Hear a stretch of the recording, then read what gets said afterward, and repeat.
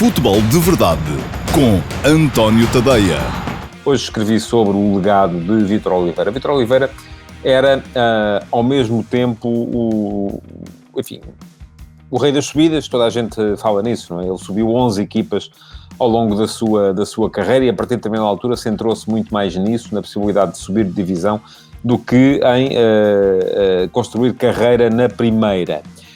E isso ter-lhe-á também custado, de certa forma, aquilo que hoje toda a gente aponta que lhe falta na carreira, que é nunca ter treinado um dos três grandes. Ora bem, o próprio Vítor Oliveira terá feito as pazes com isso no devido tempo. Ele terá percebido que não ia chegar lá. Porquê? E eu hoje tentei explicar um bocado isso. Por um lado, porque ele próprio se centrou na segunda liga, não é? Por outro lado, porque sempre que chegou a clubes de um patamar um bocado mais acima, durou pouco tempo, durou pouco em Braga, durou pouco em Guimarães. Por outro lado ainda, porque a partir de determinada altura, meados dos anos 80, o paradigma do futebol português, em termos de treinadores para os grandes, mudou. E os grandes passaram a querer, sobretudo, ou treinadores que já tinham títulos ganhos, ou treinadores estrangeiros. Ainda houve uma altura em que a moda ainda eram treinadores estrangeiros. Saiu de moda quando Jesus chegou ao Benfica. Embora ainda tenha aparecido na altura o Lopetegui, enfim, mas já não é uma coisa e apareceu depois o Kaiser, mas já não é uma coisa que seja comum.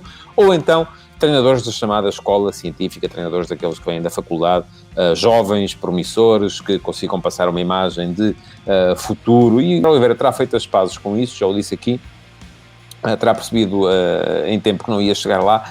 E foi aí, parece-me a mim, que ele deu o maior legado ao futebol português. Foi o facto de ser um tipo que, a partir de determinada altura, dizia sempre o que pensava. E como ele era uma pessoa que pensava bem, regra geral, pensava bem, isso foi à gente que pensa mal. E se disser sempre o que pensa, a coisa, enfim, soa mal, não é bom. Mas no caso do Vítor Oliveira, como ele até pensava bem, isso foi bom. Enfim, foi um treinador que disse algumas verdades inconvenientes que muita gente não quereria dizer e por isso mesmo acabou por ser importante, mesmo não chegando a um grande, acabou por ser importante. Fez grandes trabalhos em muitos sítios e isso vê-se também. Essa é uma das razões pelas quais o Vítor Oliveira é uma personagem simpática para a maior parte do país. As condições do campo, o relvado estava muito pesado e do final de tarde estavam particularmente difíceis, muito vento, que esteve a favor do Santa Clara na primeira parte, a favor do Futebol Porto na segunda, e muita chuva também. E isso fez com que o jogo tivesse, regra geral, poucas situações de golo de um lado e do outro. Acabou por marcar o Porto num golo artístico do Luís Dias. O cruzamento vinha atrasado do Manafá, do lado direito, e o Luís Dias teve que se esticar para o meter numa meia bicicleta, enfim, nem sei muito bem o que chamar aquele pontapé, mas era a única forma de lá chegar. Ele chegou lá e acabou por meter a bola na baliza do Marco, deu a vantagem ao Porto, que depois na segunda parte também quase se limitou a segurá-la.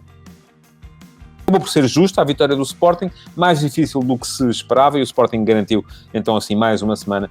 A próxima já estava, garantiu a outra a seguir, na frente do campeonato, porque tem, neste momento, 4 pontos de avanço do segundo, que é o Braga, pode vir a ser também o Benfica, vamos a ver.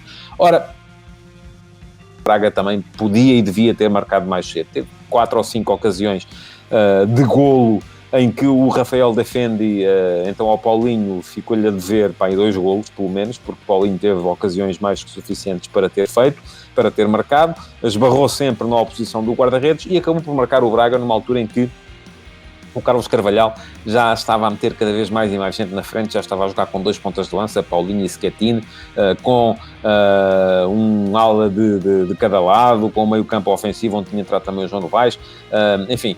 Parece-me que era uma equipa que já estava a merecer marcar. Futebol de Verdade, em direto de segunda a sexta-feira, às 12h30,